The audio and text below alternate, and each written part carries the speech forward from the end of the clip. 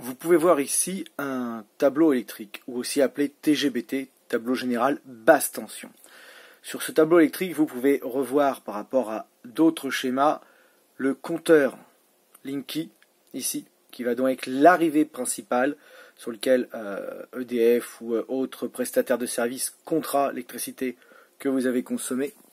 À côté, vous avez le disjoncteur différentiel de branchement qui va vous protéger aussi bien des surcharges en cas de surconsommation pour éviter que les câbles chauffent et prennent feu. Et il vous protège aussi des fuites de courant si vous prenez un coup de jus pour que ça disjoncte, pour protéger les personnes. Donc il protège et l'installation électrique et les personnes. Il est indiqué dessus, ici vous le voyez, 3060A, 3060 ampères. Il peut être réglé, là il est réglé sur 60, sur une protection des surcharges jusqu'à 60 ampères. Et il y a une protection du différentiel de 500 mA. Dès qu'il y a un courant de 500 mA qui disparaît du réseau, il va sauter, il va couper le circuit pour protéger les personnes. À ça, vous voyez donc le reste de l'installation avec l'ensemble de vos prises terre en haut qui sont reliées sur un bornier. Et vous avez le différentiel qui est en tête de ligne et les disjoncteurs tout simples qui sont à côté, les divisionnaires. Donc très simplement, chacun a un rôle différent.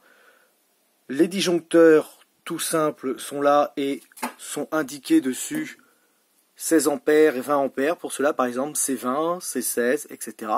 Ils vont couper le circuit si on dépasse les 16 ampères ou les 20 ampères pour protéger l'installation électrique, la maison, des surcharges, par conséquent que le câble brûle, que la maison prenne feu, etc.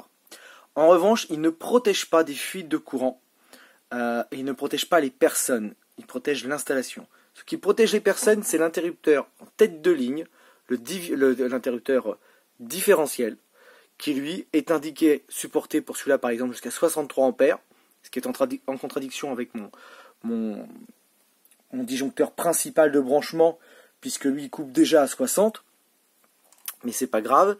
Et il est indiqué sur celui-ci 63, sur celui-ci 40 ampères et 30 mA. Il va couper s'il y a une fuite à 30 mA.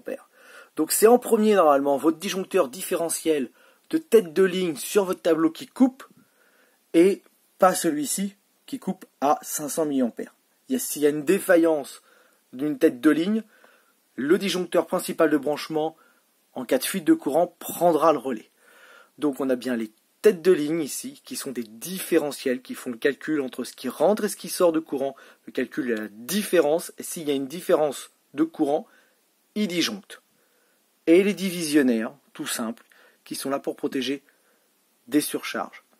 Voilà la terre équipotentielle aussi appelée les branchements qui peuvent vous aider à comprendre.